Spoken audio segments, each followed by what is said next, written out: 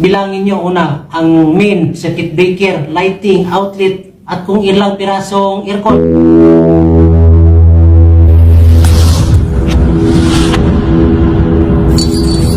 Mga master, paano nyo ba malalaman kung anong klaseng panel board ang orderin mo? Pangbaon ba or yung surface type, yung open wirings? At kung ilang piraso ng MCB ang dapat mong ilagay? Ito mga master, papakita ko sa inyo ito actual. Ayan. Ang wirings ko ngayon dito ay in-bit o yung baon lahat ng PVC at itong panel board. So kapag bibili ka ng panel board mga master na para sa in-bit wirings, ang bibilihin mo yung plus type. Yan, plus type ito.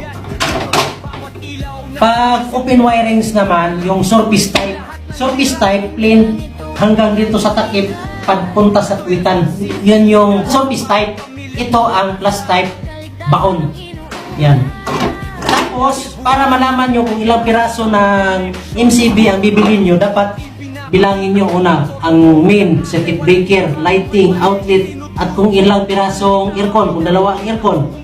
So, 5 MCB. So, dapat ang bibilhin nyo yung 10 ways. 1, 2, 3, 4, 5, 6, 7, 8, 9, 10. O 10 ways para sa 5 MCB. Kasi itong MCB na ito, 1 at 2 ang mapasukan nito. Kaya kung 5 ang ilalagay mong MCB, dapat 10 ways. Sa akin, siyam. So ang na-order ko, 18 ways. Yan, 18 ways. Siyam na piraso ang circuit breaker. Or pwede rin naman kung 5 lang ang kailangan mo, pwede naman mag-order ka ng 12 ways para may spare. Ito yan mga master. Ito kasi. Yan. Babakbakin ko dito, papunta doon para sa entrance at sa layout ng lightings.